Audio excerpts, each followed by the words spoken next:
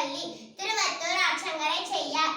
இக்கல்விச்சாலையின் தலைமை ஆசிரியர் அவர்களே, ஆணிவேர்களே, ஆசிரியர் பெருமக்களே, வருங்கால தங்கங்களே, எதிர்கால சிங்கங்களே, ஐம்பூதங்களே, நான்மறை வேதங்களே, என் சொந்த பந்தங்களே, கட்டி கரும்பே, கருப்பட்டி இனிப்பே, விண்ணை அளந்த என் அன்னை தமிழே, உங்கள் அனைவரையும் என் சிரம் தாழ்ந்து வணங்கி என் உரையை துவங்குகிறேன். தாருங்கள் தங்கள் கவனங்களை.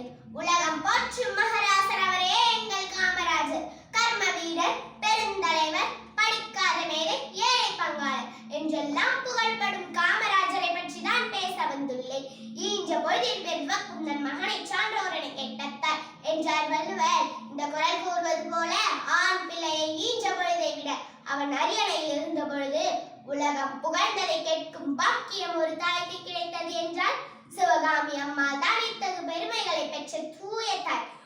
உலகம் அழியாமல் நிலை பெற்றிருப்பதற்கு காரணம் தமக்கென முயலாமல் பிறர்க்கென வாழும் பெருவாழ்வு வாழ்பவர்கள் இருப்பதால் தான் என்று புறநானூறு கூறுகின்றது. இக்கூற்றிற்கு மிகவும் பொருத்தமான வாழ்வு வாழ்ந்து இவ்வுலகில் நடைபெற செய்தார் காமராஜர். காமராஜர் மறைந்தவுடன் அவர் வசித்த வாடகை வீட்டின் சொந்தக்காரர் எடுத்துக்கொண்டார். அவருடைய காரை காங்கிரஸ் எடுத்துக்கொண்டது. உடலை அக்னி எடுத்துக்கொண்டது.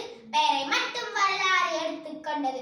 ஏழைகள் வாழ்வில் ஏற்றம் வர என்றும் உழைத்தார். மற்றம் வர பல ஆட்சி நடைகள் கட்டி வைத்தார். ஆக்கமுடன் செயலை கொட்டி வைத்தார். போற்றி உங்களை புகழ்கின்றோம், அதனாலே நெஞ்சம் மகிழ்கின்றோம். கோடிகள் சேர்க்கும் மனிதர்களே, கொஞ்சம் இவர் செயல் பாருங்கள். வறுமையில் இவர்தான் வாழ்ந்தாரே, மக்கள் வளர்ச்சியை மட்டும் நினைத்தாரே. உலகம் உள்ள நாள் வரைக்கும் பெருந்தலைவர் புகழே நிலைத்து நிற்கும். பேச வாய்ப்பளித்து பேச விட்டு ஒத்துழைத்தார். அத்தனை உள்ளங்களையும் என் சிரம் தாழ்ந்து வணங்குவதே நல்ல பழக்கம்.